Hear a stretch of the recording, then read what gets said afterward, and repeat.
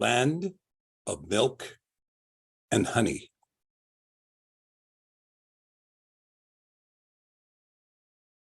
A discussion of Deuteronomy 8.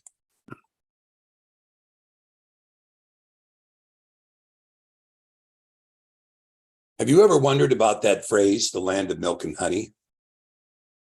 How could that be considered as an attractive place to go? And equally concerning, what exactly is a land of milk and honey?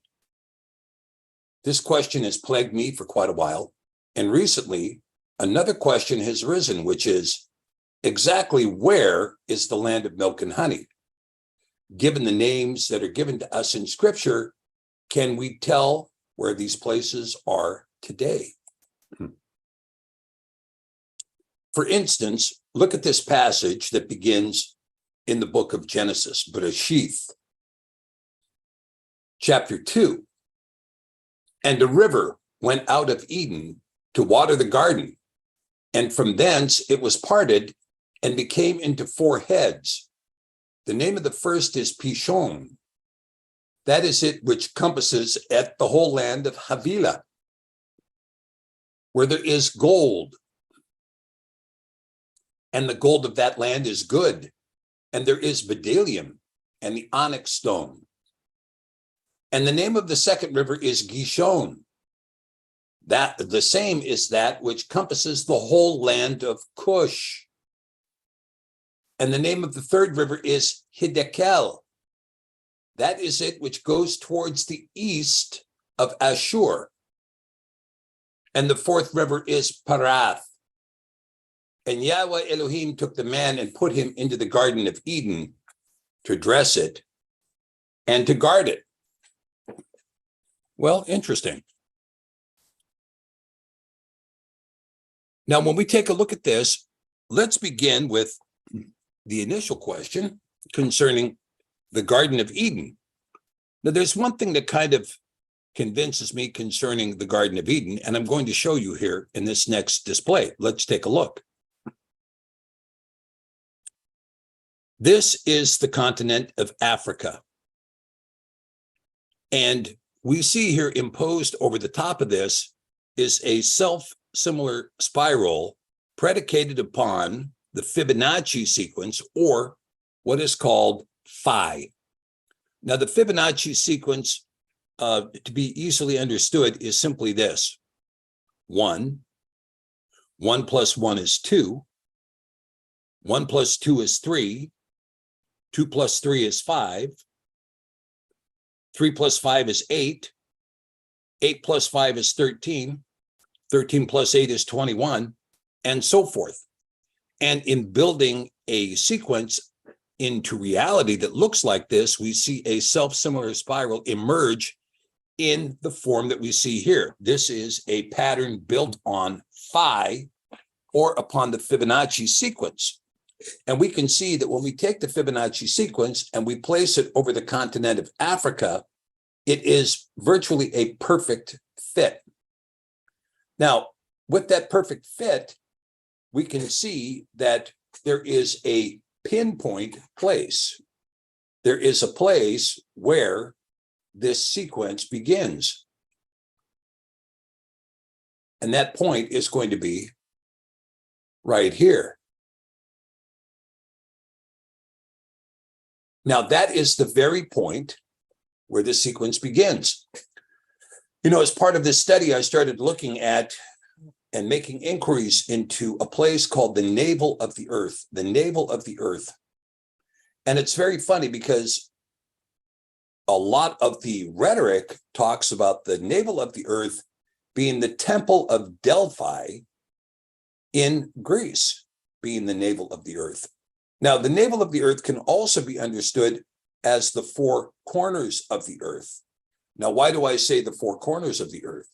Well, when you take a look at the idea of the four corners, you can kind of see it like this. I'll draw it here in the ocean, where you have a circular earth, whether you believe in flat or spherical, and you have this idea of in the Paleo-Ivrit, the letter Ayin.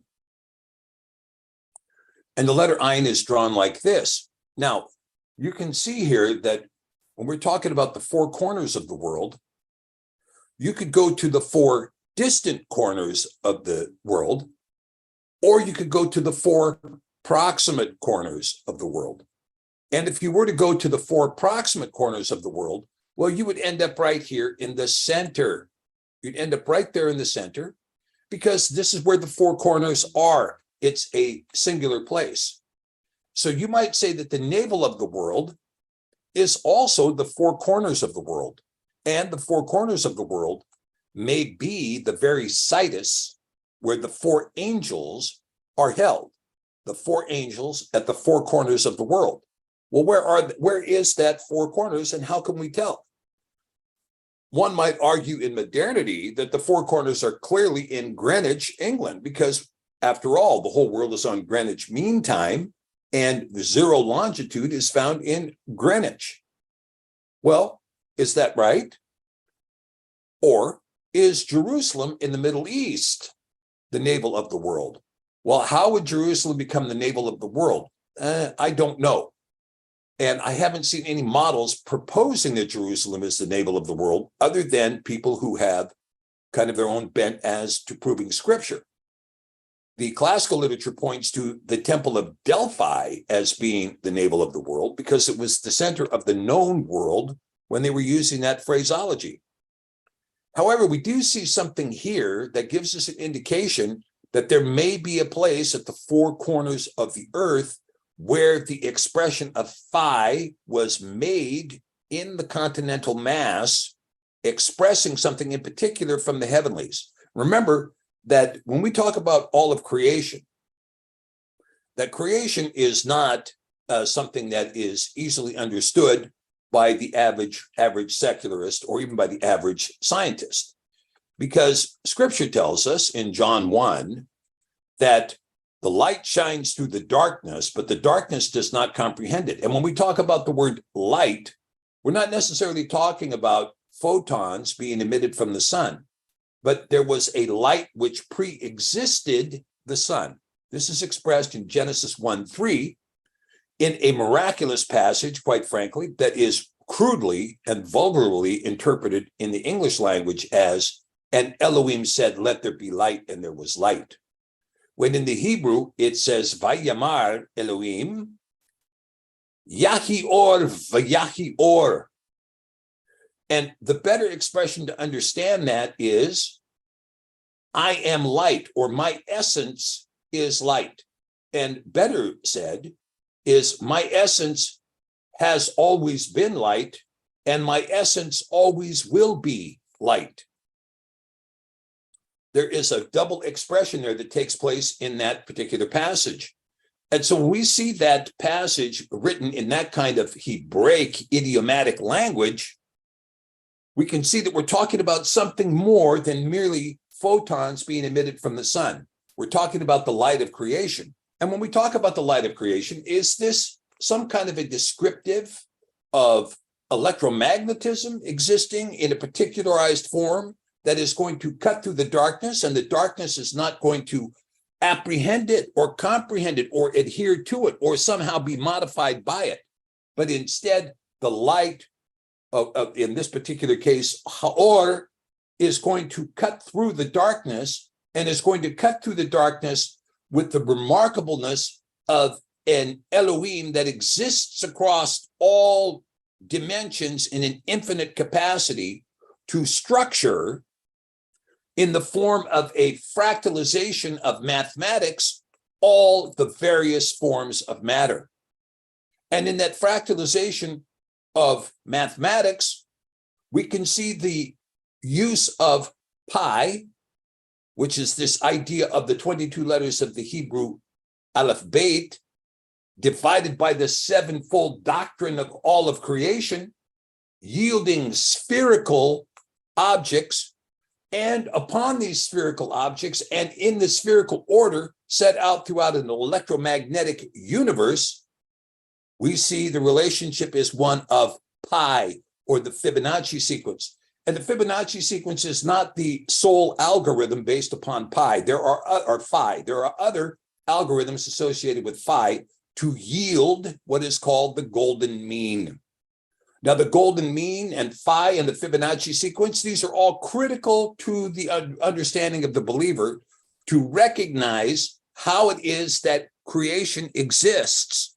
And it exists in patterns that are otherwise perceived as asymmetrical. If you were to look at Africa and say, gee, is that a circle? Is that a square? Is that a triangle? No, it's none of those. But it most assuredly takes on the view of a conch shell and other aspects that appear in nature as a self-similar unfolding spiral predicated upon the Fibonacci sequence. Now we see it clearly. We can clearly see its identity in creation, and we can see its affirmation of the use of phi in creation. Okay, now there's no other continent on Earth that expresses phi the same way that Africa does. Now, is that possible because initially Eden was set forth here at the very epicenter of this particular sequence? It's possible. And remember that a fiery sword was developed to keep man from re-entering the garden, and that man was cast out to the east of the garden. Man, well, actually wasn't cast. Well, yes, he was. He was cast out to the east of the garden. What does that mean? Well, if the garden is here, then man was cast out here, or maybe even here. Now, if man was cast all the way to here, he was cast to this river system. This river system. And this river system in Genesis was not identified as the Nile, but likely was identified as the river Parath. Now, if this is the true river Parath, then you can see that we have an identification of this word. And again, I'll draw on the blue here so that we can see it. I'm not going to draw that, though.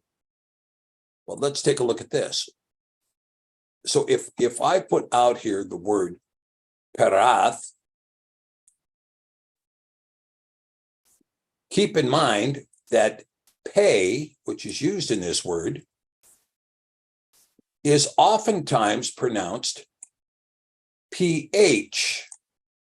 And tav is often pronounced not the, like the, but ta, like tav. So let's put this in the tav form here instead of the parath form, and let's put the pay in the PH form. And then we will add the prefix u and the Greek suffix as, Euphrates. So we're told in the modern epic that the Euphrates River is that river which runs through Iraq. It has a headwater in Turkey and it runs through Iraq. But what if that's not the case in the ancient world? What if the true Parath was actually the Nile? Well, let's take a look. There were 4 rivers. And the river went out of Eden to water the garden, and from thence it was parted and came into 4 heads. The name of the first is Pishon. That is which compasses the whole of the land of Havilah, where there is gold. Okay, well, we know that there was significant amounts of gold found where?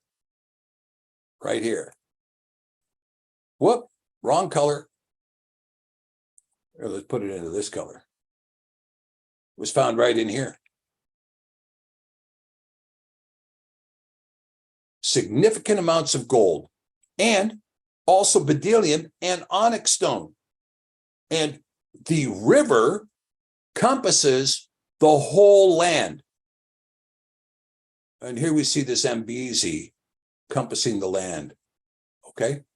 Now, The name of the second river is Gishon, and it is the same that encompasses the whole of the land of Cush. Now, you guys might remember Cush. Cush is the place where Moses took his first wife, a Cushite woman. Cush is the place that is south of Mitzrayim. And so many people identify Cush with Ethiopia.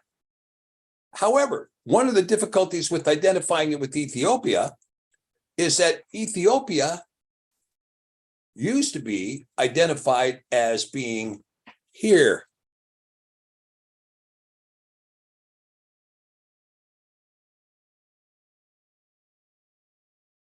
Hold on, I'm almost there. My mouse is rogue. Ethiopia was here, not over here where it is today, but rather here. This was considered Ethiopia, which means that Cush was south of Ethiopia, which puts Cush here.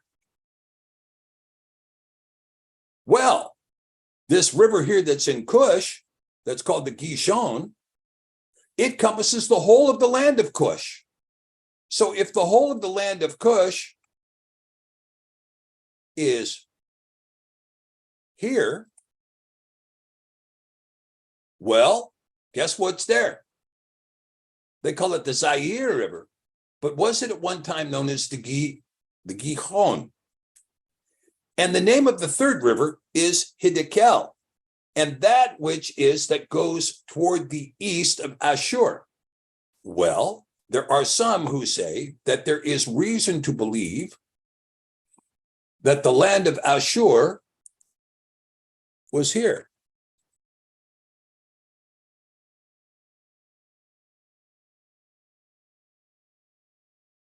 Now, this could be that what we're talking about here is the land, the river that is the Hiddekel, which is to the east of Ashur, would be the Nile. And the fourth river is Parath. So let's do this now. Under this sequence, can we speculate that the Niger River is Parath,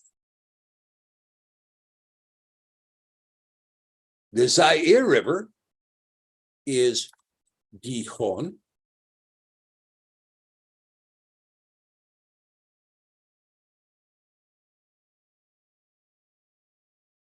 the Zambezi River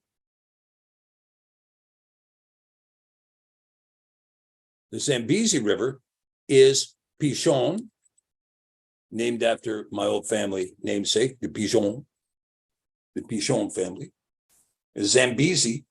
And then, of course, the Nile is the river Hiddekel.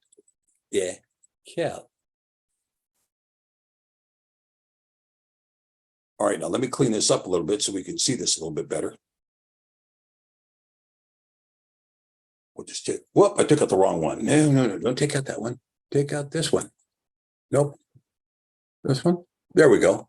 And let's take out this one. And let's take out this one. And so we can see that we've got reason to believe. We know that Cush is somewhere in Central Africa. We know this. And the second river encompasses the whole land of Cush. Now, it's possible that that could be an arm leg of the Nile here, the White Nile instead of the Blue Nile. Could be. But I don't think so. I think it is a separate river in the middle of Cush, and Cush is Central Africa. And Pishon would be the Zambezi, Gihon, the Zaire, Parath, the Niger River, and Hiddekel, the original name of the Nile. Okay. Enough of that discussion. Let's continue. Now, even more alarming is the evidence, which is increasing constantly, that the sea level has likely changed dramatically over the course of human history, in most cases being much lower than what it is today. Some evidence suggests that possibly 100 to 150 feet lower. If so, England would be connected to France via a land bridge. But many suggest even greater ranges, like up to 400 or 450 feet. Now, it's possible that a cooler Earth may have trapped an enormous ice field over North America, which the geology gives credence to, particularly all the way down into northern Montana, into Glacier National Park, over the Great Lakes, and across all of the land in central Canada, that is Saskatchewan, Manitoba, Alberta, et cetera, in that area, and reaching all the way down into Ontario, into the Great Lakes. That appears to be a very broad plateau that reaches all the way up to Hudson Bay and even to the islands in northern Canada, a great flat land, not marked by any significant geography. Why not? Because there was a huge ice cap that extended all the way down to the central United States from the North Pole. And this ice cap, rendering the US kind of like Greenland, this ice cap would have trapped an enormous amount of water and caused sea level to be much lower. Now, there's a substantial body of evidence that can warrant this conclusion. And I'll show you what I'm talking about. If you go into, if you're a student of Israel and you like traveling to Israel, well, there is a site that you can go to in the town of Akko, which is the town immediately to the north of Haifa. And Haifa having been named after Baha'i Allah, who was a student of the Bab, the temple built in Haifa revering the Bab, but renamed after Baha'i Allah. The city that was actually that contained the temple of Baha'i Allah is Akko, to the north of Haifa. And Akko, at its precipice reaching out over the bay, has an historic landmark that is worthy of review. This was the castle of the Knights Templar. The castle of the Knights Templar, who claimed that they had a castle in Jerusalem, but they never did. They held Jerusalem only temporarily, only to be displaced by Islamic warriors. So the Templars, although they claimed to have a castle there, their castle was really in Akko. Now, that castle can be visited today, but to get there, you have to go underground, stories and stories underground. And you might ask yourself the question, did the landmass at Akko sink in comparison to the Mediterranean Sea, given that the bottom floor of the Akko castle, the Templar castle at Akko, is well under sea level? Did that land sink, or did sea level rise? Now, we have a similar condition in Alaska that has been testified to by a personal friend of mine who is responsible for the community called Little Diomede. Now, Little Diomede sits on the island of Little Diomede, and it is the farthest western reach of North America because it sits within 1 mile of Russia, Russia being on the other side of the international date line, and America and Alaska being on this side of the international date line.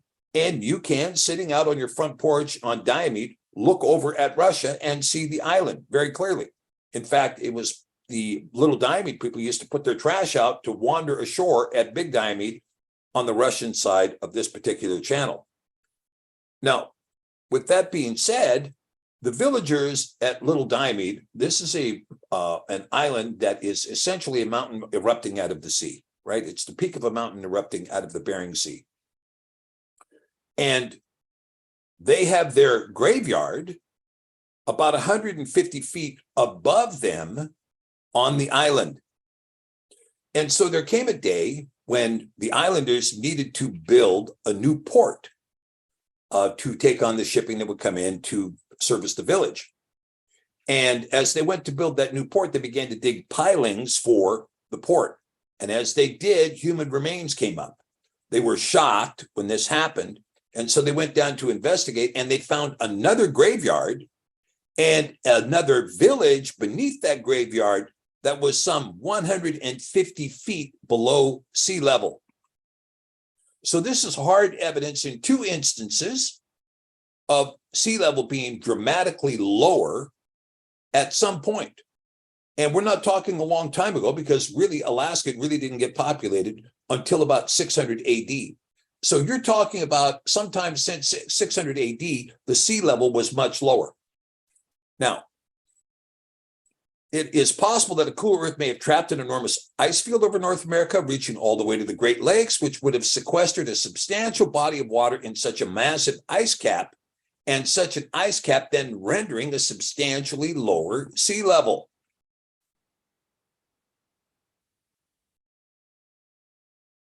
If the sea was 200 or more feet lower than today, the world geography changes dramatically.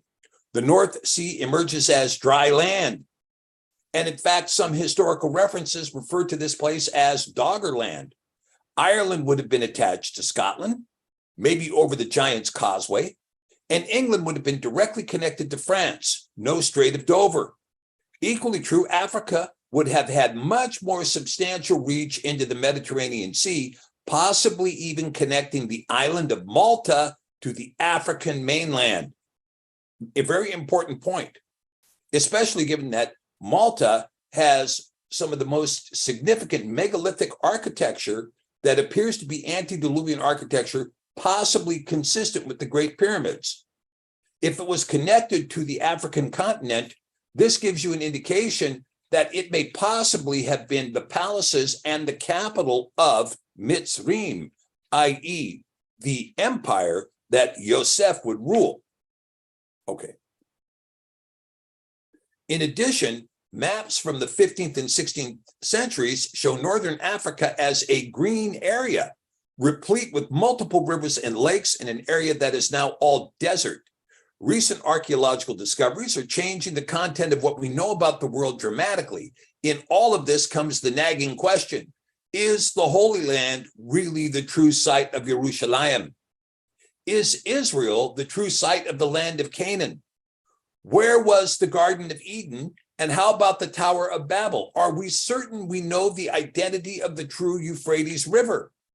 And just exactly where is the land of milk and honey?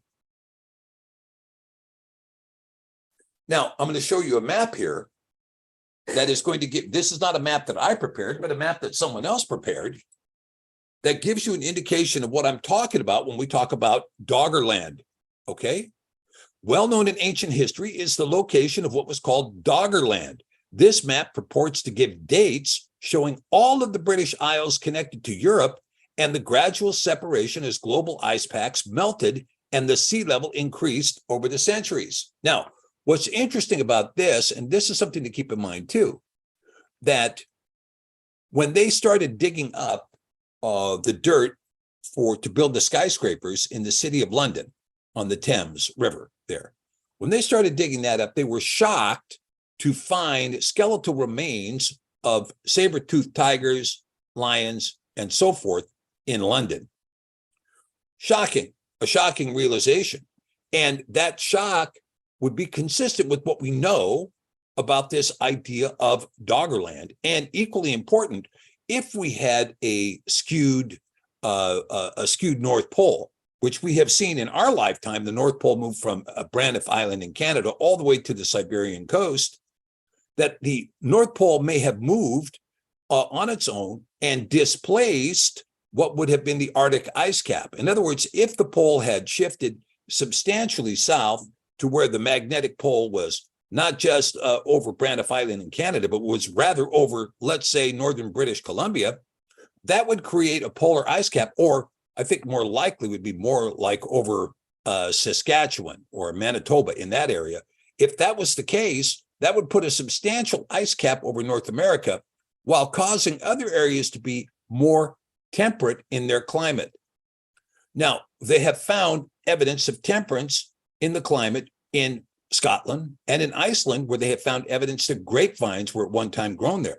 That at one time, London may have been actually a quasi-tropical area consistent with life like saber-toothed tigers and lions. Now, we can see here when we look at Doggerland, we see in the pink here the current outline of the British Isles. But this is going to show us some different gradations of what they believe was the case. Now, all of this is predicated upon the depth of the ocean in these places, because the North Sea out here where it says the North Sea today, most of the North Sea is about 200 feet deep.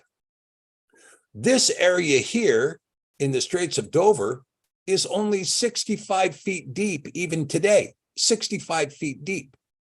Okay, so with that being said, we can see here that a number of things are present predicated upon the depth of the water and on the assumption that at some point the sea level was much lower.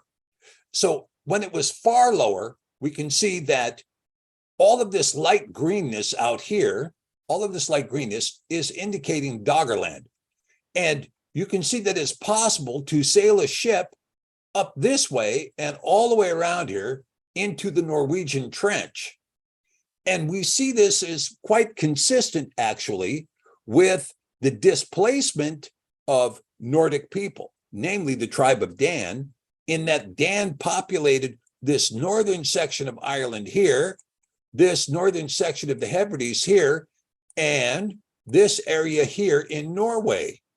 Now, ultimately, they would also populate this area here in Denmark, but you don't see evidence of the Vikings and the House of Dan here. Why not? Because they couldn't get there by ship. That's why not. Okay, so this Doggerland here, you can see marked by substantial rivers running through this. And you can also see that you're going to see a secondary area where when the water starts to raise, well, then this coastline begins to disappear and it retreats to this slightly darker green color here, giving evidence of a Doggerland now that looks more like this, okay? All of this area still being attached, and Britain being attached to France. With this sea here, you might call this sea a circle, and because it had a circle like this, right? Circular inlet. But this area here was such that we can begin to see that still no Strait of Dover. So very possible, very, very possible for all kinds of people had the capability then of transiting into the British Isles over land.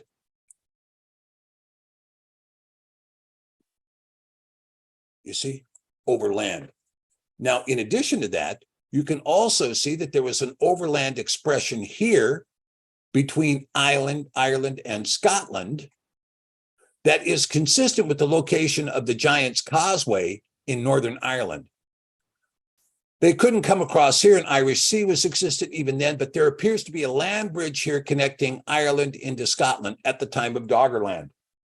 Okay, now you might imagine, I'm just showing you the example that we see in the North Sea concerning Doggerland and the retreat of sea level.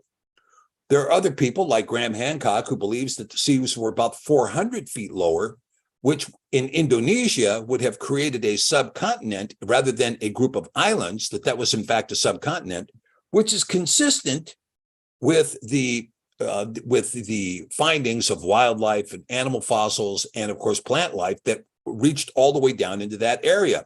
They didn't swim there. At one point it was connected, and it was connected as a landmass because the seas were much lower. Okay. Now, let's talk about some of these things here. They're talking about the land of milk and honey. So we see a passage in Shemot or Exodus, and Yahweh said, I have surely seen the affliction of my people, which are in Mitzrayim, and have heard their cry by reason of their taskmasters, for I know their sorrows. And I am come down to deliver them out of the hand of the Mitzrayim, and to bring them up out of that land unto a good land and large, unto a land flowing with milk and honey, unto the place of the Canaanim and the Hittim and the Amorim and the Perizim and the Hivim and the Yebusim. Okay, now these tribes we know little about, but we can deduce from this that we're talking about what? we're talking about a good land and large, and we're talking about a land that's flowing with milk and honey. Now, a good land and large, the Hebrew there is al aretz tova v'rachava.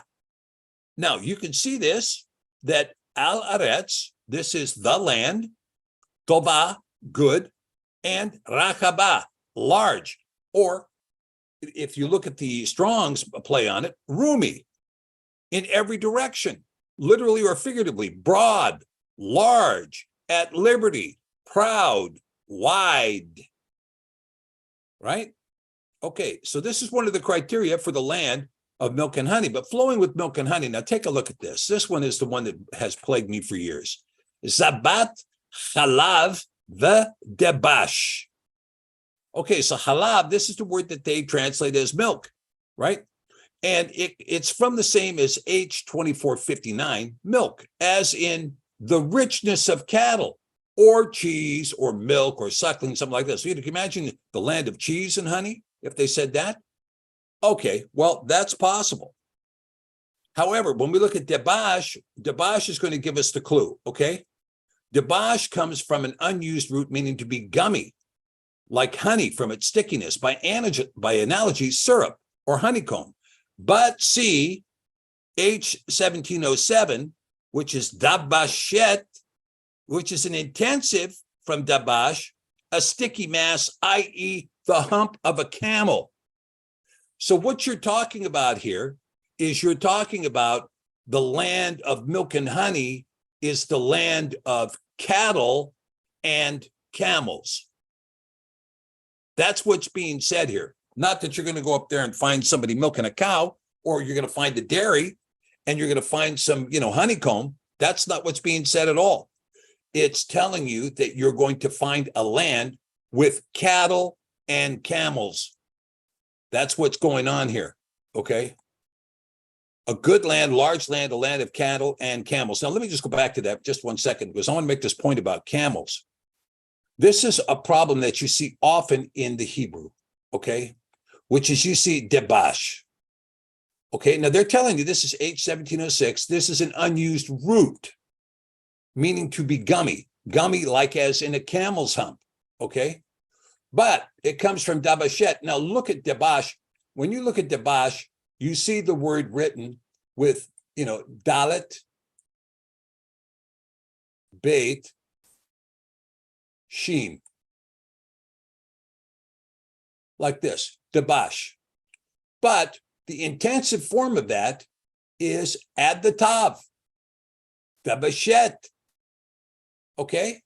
So under these circumstances, dabash, meaning the verb, dabashet is the noun. So the land of, you want to be sticky? No, it should be a noun if it's going to be the land of milk and honey, and you're going to use it as a noun, then you need to use the noun here, dabashet, the land of cattle, the richness of cattle, and the land of a sticky mass, i.e. the hump of a camel. The land of cattle and camels. All right. So now we see that in this passage, we're promised a good land, a large land, roomy and wide, a land of cattle, and a land of camels. Gives you an idea where this is going to be. And Yahusha, being full of the Ruach HaKodesh, returned from the Yarden and was led by the Ruach into the wilderness, being 40 days tempted of the devil. And in those days he did eat nothing. And when they were ended, he afterward hungered. And the devil said unto him, if you be the son of Elohim, command this stone that it be made bread. And Yahusha answered him, saying, it is written that man shall not live by bread alone, but by every word of Elohim. All right, well, where is that written? Let's take a look. Devarim, Deuteronomy 8. All the commandments which I command you this day shall ye guard to do, that ye may live and multiply and go in and possess the land which Yahweh swore 7 oaths unto your fathers. And you shall remember all the way which Yahweh Eloheka led you these 40 years in the wilderness to humble you and to prove you, to know what was in your heart. And you people who didn't pass the proof, guess what? You're buried with Korach, whether you would guard his commandments or no. And he humbled you and suffered you to hunger and fed you with manna, which you knew not, neither did your fathers know, that he might make you know that man does not live by bread only, but by every word that proceeds out of the mouth of Yahweh, man lives. And what are the words that proceeded out of Yahweh's mouth? And Elohim spoke at all these words, saying, I am Yahweh Eloheka, which have brought you out of the land of Mitzrayim, out of the house of bondage. You shall have no other Elohim before me. You shall not make unto you any graven image or any likeness of anything that is in the heavens above, or that is in the earth beneath, or that is in the waters under the earth. You shall not bow down yourself to them, nor serve them, for I, Yahweh Eloheka, am a jealous El, visiting the iniquity of the fathers upon the children unto the third and fourth generation of them that hate me, and showing mercy unto thousands of them that love me and guard my commandments. You shall not lift the name of Yahweh Eloheka to naught, for Yahweh will not make clean whosoever lifts his name to naught. Remember the day of the Shabbat and keep it holy. 6 days shall ye labor and do all your work. But the seventh day is the Shabbat of Yahweh Eloheka. In it you shall not do any work. You, nor your son, nor your daughter, your manservant, nor your maidservant, nor your cattle, nor your stranger that is within your gates. For in 6 days Yahweh made the heavens and the earth, the sea, and all that is in it, and rested on the seventh day. Wherefore Yahweh blessed the day of the Shabbat and hallowed it. Honor your father and your mother, that your days may be long upon the land which Yahweh Eloheka gives you. You shall not kill, you shall not break wedlock, you shall not steal, you shall not bear false witness against your neighbor. You shall not lust after your neighbor's house. You shall not lust after your neighbor's woman, nor his manservant, nor his maidservant, nor his ox, nor his ass, nor anything that is your neighbor's.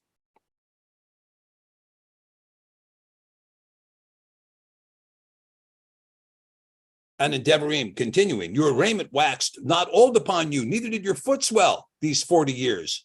You shall also consider in your heart that as a man chastens his son, so Yahweh Eloheka chastens you. Therefore, you shall guard the commandments of Yahweh Eloheka, to walk in his ways and to fear him.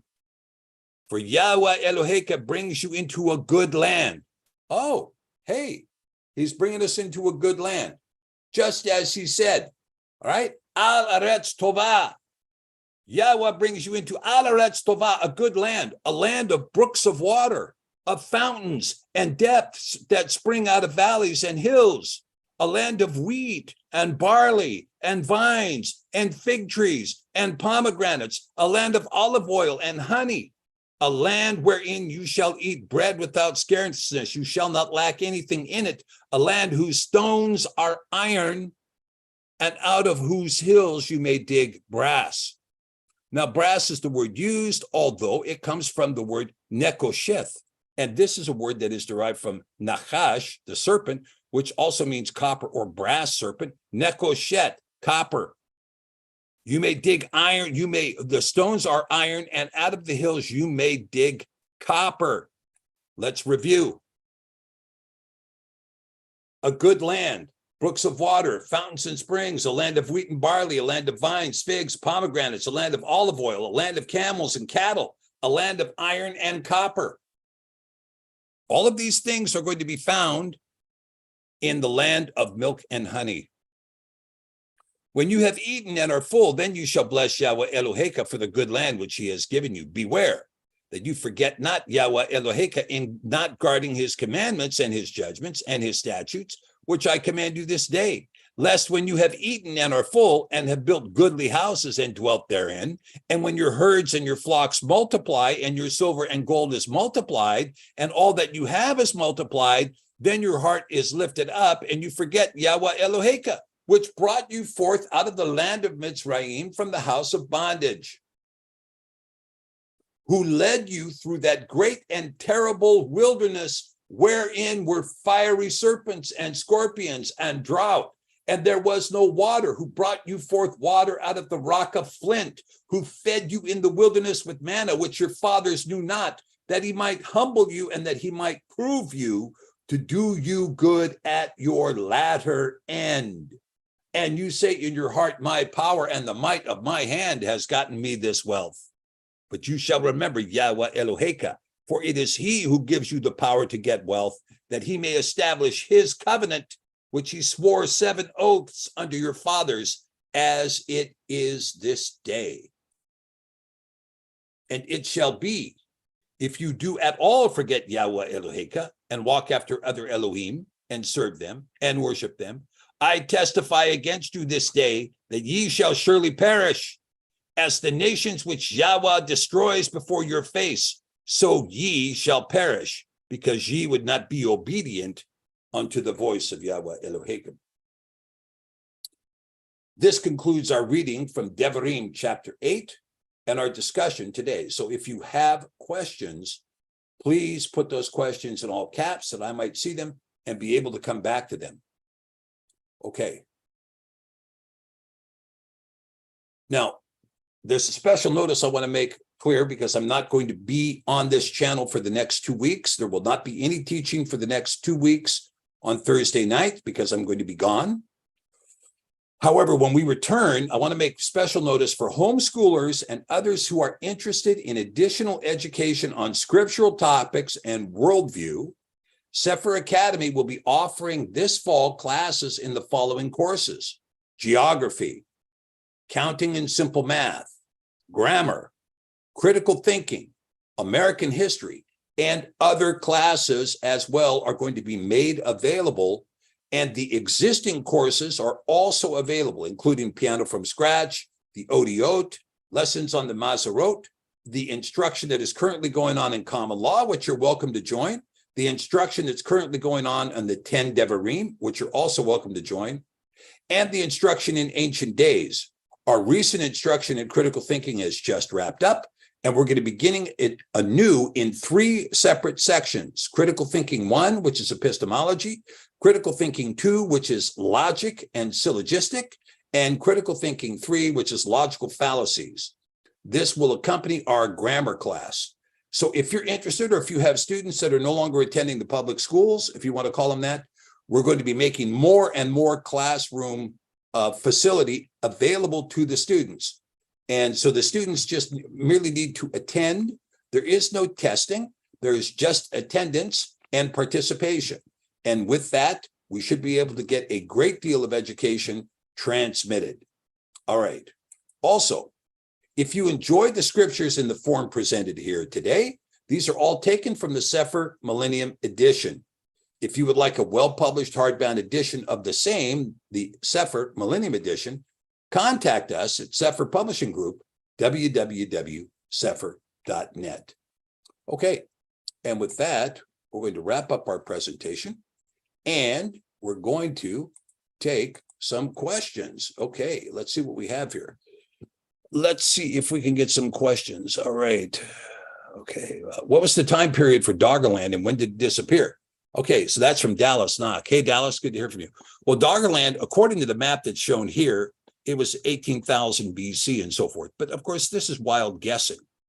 And it depends on what you're talking about. I think there was a significant and well articulated, that is to say, it's been established in peer-reviewed science articles, that there was a substantial global warming period that was really becoming kind of consistent with where we are today, given that Iran just posted a high temperature of 150 degrees.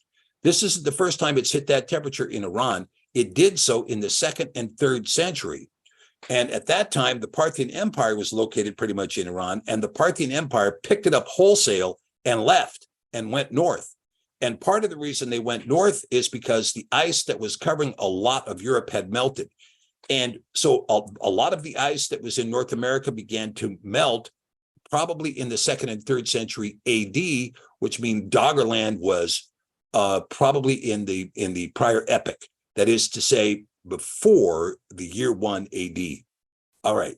And so Michelle Willick asks, when will the greater exodus, aka the gathering, possibly be? We need to know that September 2023 will be very significant. It will complete 10 nations. Yeah. Well, this is a very good question, and I don't know. Is it September of 2023? It may be. I don't have the answer for that. All I can tell you is that Yah is going to be making a way for his remnant and those who are called to attend to his wilderness. Okay, let's see. Copper is a satin element because it can usurp all metals, scintillation, i.e. transmutation. Yeah, interesting, Steve Drysdale. All right, very good point. All right. Pamela Garcia asks, I don't have a question, but just wanted to say thank you. Looking forward to the homeschool curriculum. Hey, well, thank you, Pamela. That's great. Pass the news around, okay? The bigger the class, the more fun it is, okay? All right, let's see. Okay, let's check in the name of Yeshua. Okay, thank you, Terry, for your prayer. I appreciate that. Thank you, Todd, for that. Where is the land of Nod? Well, that's a good question. And I don't have the answer for that right now. Dirt Dabber is 6262. I don't have that answer prepared in this discussion. So I can't tell you as of yet, where is the land of Nod? Okay, let's see. No rain, no sap, no cattle, or reproduction. Yeah, right. Okay, let's see what else we have here. Right. Do we have any other questions here? Let's see. How does the parting of the sea fit? Now, this is a very good question, Murray. Very good question. How does the parting of the sea fit? And we've been looking at that. We looked at that a little bit in some Sefer Academy classes, in ancient days in particular. It's very possible. I mean, when you look at the parting of the sea and you look at the story we're told now is that the house of Israel left Goshen, which was the mouth of the Nile, and then went east, and instead of going into the Holy Land, they went south and crossed the Red Sea. And Ron Wyatt has shown a place where it looks like they may have crossed to get onto the Sinai Peninsula, and then to go down that coast where we see the new Mount Sinai and Mount Horeb understanding in the modern epic. But the question is, why would they go south when they could have gone north? You're talking about a 2-week walk into what is now the nation of Israel. You can walk that in 2 weeks. And instead it's 40 years to get there. And so there's some big inconsistencies, and I don't have the answers for all of those. I'm just leaving this here so we have something to think about. Okay. So Juliet says that the Antichrist is supposed to come from the tribe of Dan, according to early church fathers. And so I don't know. I mean, when you talk about the Antichrist, first of all, we have to remember that there is no singular Antichrist. The word Antichrist is used in 1 John and in 3 John, and it's the spirit of Antichrist, which is anyone that denies Mashiach came in the flesh. So if you're talking about the man of lawlessness, or if you're talking about the false prophet, or if you're talking about the vile horn, or if you're talking about the beast that rises from the sea, or the beast that rises from the earth, these are all particular delineations, or even some of the riders on the horses of Revelation. Do they come from the house of Dan? Well, the early church fathers believed that Dan held the gavel of judgment. Dan will come to judge his people. Therefore, he would be an Antichrist. And I don't know. I mean, it's one worldview. Okay. So Zara Babala Ben David writes, is it possible that Joseph created the Picto-Hebrew? Okay, that's possible. The pictographic Hebrew, most people believe that the Paleo-Hebrew was given by Yah with his own finger at Mount Sinai, and that this distinguished the house of Yasharel from every other house, because the house of Yasharel had writing that was capable of transmitting concepts from one person to another, not just merely identifying man hunting, bull running, a man using bow and arrow, but rather you had concepts that were associated with the letters that then created words with multiple conceptual abstractions. In other words, when you take a letter that has a meaning, you join it with another letter that has a meaning, it becomes a polysyllogistic expression, and it's done in a polysyllogistic expression from the joining of two or more concepts. And that was given to mankind at Mount Sinai. Okay, so Debbie asked, do I think the poles are going to shift? Well, they may. There's a whole bunch of stuff that's happening right now that's, shall we say, inordinate. And there's a great deal of inordinate electromagnetic expression that's being experienced by the Earth as a result of the supernova of Betelgeuse. People say it's so far away we can't feel it, but if we can see it, we can feel it. Okay, any way to know what the sea level was prior to the flood and after the waters receded? Daniel, that's a very difficult question because the sea level there, if you read the scripture carefully, there was not really a sea level prior to the flood. Instead, the earth was covered with dew. And there wasn't really oceans on the earth at that time. It was covered with dew. And so it was a completely different atmospheric situation. The earth may have been much smaller. There may have been a ring around the earth, like the ring around Saturn, that consisted of ice crystals. The earth may not have had a tilt at all and was just sitting straight up. So the calendar was completely different. It may have had a different orbit that gave it a 360-day year that was perfect, and that the moon's orbit around the earth was also perfect, so that the moon coincided with the earth, and that we had a 30-day moon cycle, and we had a 30-day month, and we had a 360-day year as a result of a smaller earth at a slightly different orbit around the sun, that after the flood, all of these things changed. Okay. All right. Let's see. All right. What else do we have? Thank you so much for these amazing studies we missed. Okay. Well, thank you, Debbie. Thank you, Debbie. I really appreciate that. Thank you, Murray. I appreciate that. Thank you, Pamela. I thank you for passing on the homeschooling information. As much as you can share would be greatly appreciated. Okay, let's see. Now, Richard Carney says there is Egypt stuffed underwater, and the selves kind of show how low the water was. India has a lot of underwater stuff too. Yeah, fantastic point, Robert. And again, Robert Carney, additional evidence we see in almost every Paleolithic culture. You can see evidence that there was life living at a lower level. And you could say, well, maybe the ground sunk, but it's also very possible that the sea was much lower because the ice was much greater. Okay, let's see. Okay. Oh, the UN just made a covenant. Abyss made a covenant with their tens of thousands in their website. Yeah, that doesn't surprise me, Todd.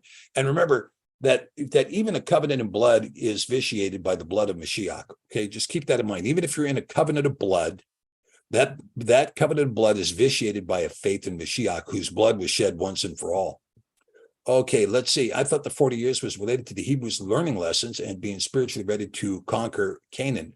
I didn't think it was an issue of distance. Oh, well, you see what the word is there in Deuteronomy. I'm going to prove you. I'm going to humble you. I'm going to take you out in the wilderness for 40 years to find out what you're made of, to find out what your true belief is, right? Okay, let's see. Where do I believe the people would be gathered during the second greater Exodus? Well, now, Dan, I'll tell you, I'm not answering that question yet. This is part of the reason why I did this program tonight.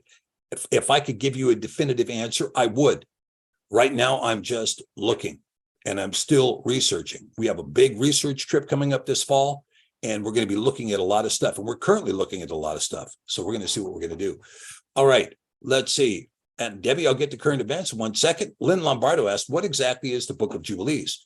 The Book of Jubilees is, many people, it's called Second Genesis or Little Genesis. And it is a book that is explanatory along the lines of what is a Jubilee. A Jubilee is a 50-year count, and the 50-year count predicated upon 7 weeks of years. 7 weeks of years, 7 weeks of 7 years. And so you have 49 years, and then the 50th is counted as a Jubilee. The Jubilee is discussed in the Gospels. It's also discussed in the Old Testament, that in the 50th year, you have a complete setting free of everybody. All debts are reconciled, land is returned to people. It's quite a fantastic festival. And the Book of Jubilees articulates the first 50 Jubilees from the creation of Adam forward until the house of Israel crosses the Yarden on the first day of the 50th Jubilee to enter into the land of milk and honey. Okay. And that's what the Book of Jubilees articulates. So if you've never read the Book of Jubilees, Lynn, I'm suggesting you do. You're going to love the book. It explains so much. But let me just predicate this first before we go on, that when you talk about the Book of Jubilees, you have to understand that when it's talking about weeks of years, it's talking about 7 years. So when it says it was the fifth week, or it was the 5th year of the second week, for most people, that's like, what are you talking about? You can't have a year inside a week.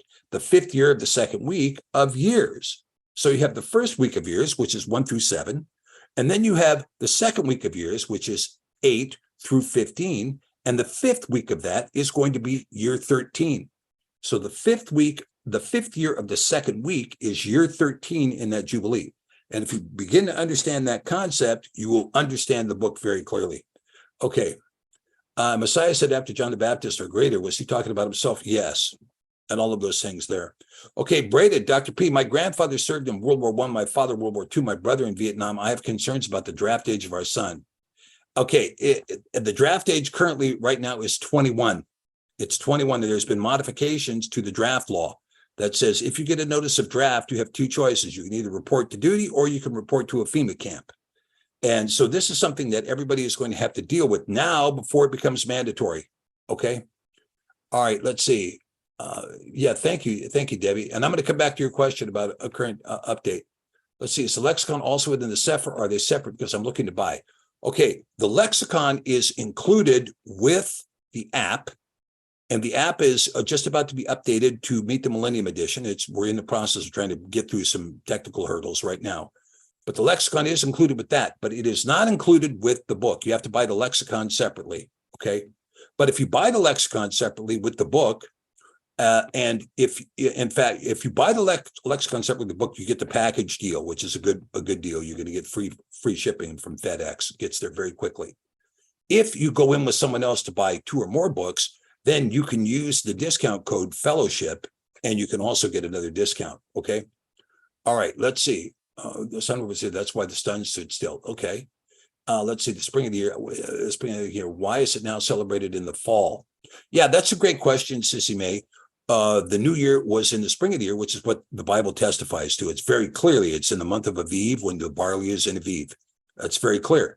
But the question of celebrating the new year in the 7th month, which is Tishri in the Jewish calendar, Etanim in the scriptures, is really a question of that is true if and only if you're in the Southern Hemisphere. Okay, so if you're in the Southern Hemisphere, now this is another reason why we might kind of reconsider where Babylon was, because the argument is that Babylon had one of two sides. One, people say Babylon was in what is now modern day Iraq, which is immediately to the east of Jerusalem. But the fact that the Babylonian calendar begins its new year on the 7th month is an indication that Babylon was in fact located below the equator. Because below the equator, remember that right now in South Africa, it's winter. It's the heart of winter right now. We're in summer in the Northern Hemisphere. They're in winter. Where we have the first month of the year is the beginning of spring. The first month of the year in the Southern Hemisphere would be the 7th month of our calendar. Now, I had this discussion when I was in South Africa with Michelle Moeller, who has developed an absolutely beautiful calendar, which you can buy from her. If you're in South Africa and you're looking for a distributor of the Sefer, you can either contact Chris McIntyre or you can contact Michelle Moeller. And Michelle's in Cape Town, Chris is in near Joburg. And if you do, talk to Michelle about her calendar. She has an absolutely beautiful calendar, and she uses the halal calendar beginning the year in Tishri, or the 7th month. Why? Because that's spring. For them, the barley's in Aviv, right? So this is a great question, Sissy May. This is a very great question.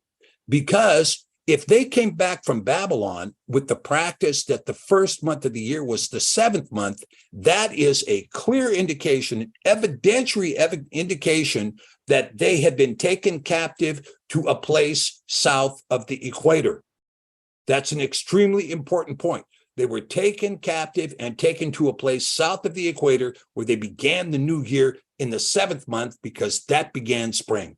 Okay, very interesting. Thank you.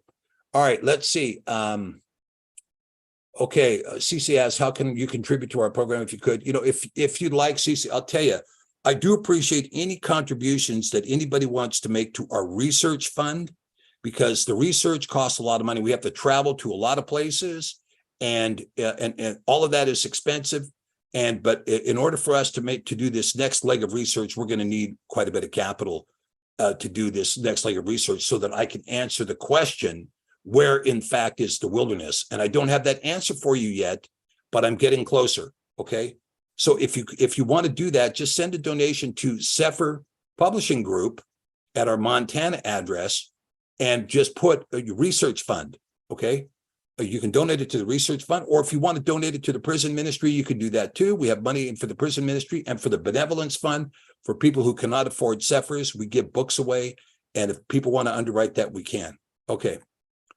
Okay, what do I mean about the draft being mandatory? Is there a time coming for that? Well, RFK Jr. has said that Joe Biden's deployment of 3,000, calling up of 3,000 reserves and being sent to Eastern Europe as part of Atlantic Resolve is an indication that Joe Biden is preparing for a ground war with Russia. If a ground war with Russia begins, that's going to be a massive mobilization in the United States. And because they're going to need probably 300,000 ground troops, which means that there's going to be a massive draft. And the draft in the United States is no longer going to be just men. It's going to be men and women, and there will be women in combat. That's what the whole trans community thing is all about, that women will be put into combat. And so as a consequence, that right now it's a mandatory registration for everybody 18 and up. But the draft could kick in for everyone 21 and up, and it'll be 21 to some cutoff date. I don't know what that cutoff date is right now. In Ukraine, the draft age is 16 to 60. Okay. And there is no exception for being wounded or missing a leg or anything else. You're still going to the front. Okay. The new lexicon is going to be a while before that's going to be ready. But thank you for reminding me, Sherry. You keep my work in front of me. Thank you. Okay. Michelle's ministry is called Sefer Touching His Hem. Yeah, thank you. Thank you very much, Jessica Knock. Appreciate that. And Sever Publishing Group, research funds, whatever stream you support. Thank you for that also. Okay. No war for me. I hear you, Robert. I want to thank you, Robert. I want to thank all the subscribers here today for fantastic questions and great inquiry. Thank you for participating in this particular discussion. Share it with your friends and let's see what comes of this, okay? So thank you so much, you guys. I'm going to go ahead and end this now. Blessings to you all. I will see you in 3 weeks. Unless you're part of the Shabbat group, and then I will see you this coming Saturday. Otherwise, I won't see you for 3 weeks, okay? So blessings to you. Keep taking a look at the Sefer Academy. You'll see the new homeschool curriculum, okay? All right. Thanks so much, guys. We'll see you later.